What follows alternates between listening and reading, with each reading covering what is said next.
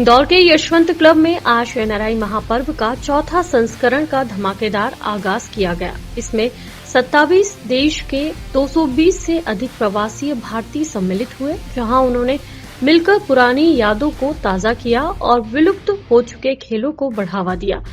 दर्शन पारंपरिक खेल जिसमें गिल्ली डंडा, सितोलिया, पतंगबाजी, कंचा, कबड्डी, लंगड़ी जैसे खेल इस सम्मेलन में खेले गए। विलुप्त हो चुके पारंपरिक खेलों को बढ़ावा देने के उद्देश्य से यह एनआरआई महापर्व का चौथा संस्करण इंदौर के यशवंत क्लब में मनाया जा रहा है, जिसमें 27 देशों से अधिक प्रवासी भारतीय चौथी बार इंदौर पहुंचे, जिनका स्वागत महापौर पुष्यमित्र भार्गव ने किया और इस सम्मेलन में विलुप्त हो चुके पारंपरिक खेलों का भी लुत्फ सभी ने मिलकर उठाया और भारतीय संस्कृति और परंपराओं की झलक प्रस्तुत की। 17 दिसंबर अब पूरी दुनिया में नॉन रेसिडेंट इंदौरी डे के रूप में जाना जाता है। आज ये अपने चौथे साल में करीब दुनिया के 45 देशों से 250 प्रतिनिधि इंदौर पहुंचे हैं, जो इंदौर के डेवलपमेंट पे और उनकी क्या भूमिका हो उस पर चर्चा करेंगे।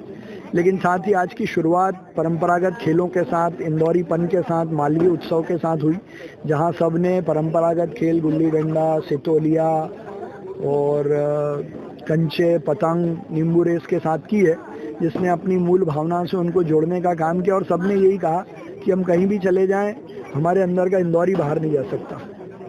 ये पहले भी आप करा चुके हैं, सर कुछ नया, कुछ क्या आने वाला है? नहीं, देखिए नया तो ये है कि नए लोग रहते हैं और डेवलपमेंट के नए विषयों पे चर्चा होती है। कई लोगों को नया प्लेटफॉर्म मिलता है, नया इन्वेस्टमेंट आता है। जैसे अभी कई लोग आए हैं जो वेंचर कैपिटल हो, शहर में कैसे नया इन्वेस्टमेंट हो, इस पे अपनी बात रात को रखेंगे। ये कितने इसके अंदर प्रवासी शामिल होंगे? करीब 45 देशों के 250 लोग शामिल हो रहे हैं और शाम को दिल्ली कॉलेज में ये मेन फंक्शन होगा। Thank you. तो वो हमारे माननीय महापौर जी के नेतृत्व में, जैसा आपने बताया कि ये चौथा संस्करण है और हर साल ये ग्रो कर रहा है। इसके पीछे जो एक आइडिया था ये कि दुनिया भर में हमारे जो एनआरआई है, स्पेशली इंदौर से जुड़े हुए हैं, उनको कैसे वापस इंदौर से कनेक्ट किया जाए, सांस्कृतिक रूप से, भावनात्मक रूप से। आते हैं इस समय, स्पेशली दिसंबर में अधिकतर एनआरआई हमारे इंदौर के लोग इंदौर में आते हैं, छुट्टियां मनाने आते हैं, चले जाते हैं।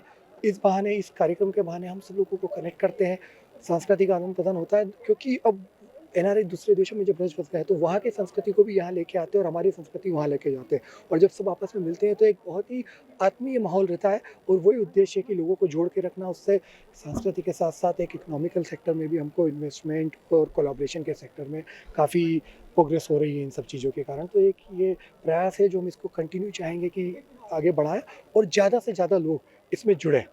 हमारा, जैसे मैंने बताया कि चौथा साल वो लगातार बढ़ रहा है, हम इसको और बड़े लेवल पे करना चाहते हैं ताकि तो देखिए इसको हम एक फन लेवल पे भी करना चाहते हैं और कोलैबोरेटिव लेवल पे भी करना चाहते हैं। जैसे आज का जो कार्यक्रम था, अपनी जो संस्कृति से जुड़े खेल है, गिल्ली डंडा, सितोलिया, पतंगबाजी, इन सब का आयोजन किया है ताकि लोग एक अपना नॉस्टैल्जिक फील कर सके कि बचपन में जो उन्होंने खेल खेले हैं उनको वापस वो भावनात्मक रूप से उन पुरानी यादों को ताज़ा कर सके। उसके साथ साथ शाम को हमारी पैनल डिस्कशंस होंगे, जहाँ पे म्यूचुअल कोलैबोरेशन कैसे दूसरी कंट्रीज़ के साथ हो सकता है, कैसे वो जिन कंपनियों में काम कर रहे हैं उन कंपनी के साथ में कोलैबोरेशन कर सकता है, इंदौर लेवल पे, एमपी लेवल पे या हमारे देश के लेवल पे उन देशों के साथ, उन बड़ी बड़ी कंपनियों के साथ कैसे हम काम कर सकते हैं और एक नेक्स्ट लेवल पे जा सकते हैं। जैसे तो इन्हीं सभी चीज़ों का प्रयास है और काफ़ी हम सक्सेसफुल भी हो रहे हैं लोगों को जोड़ने में।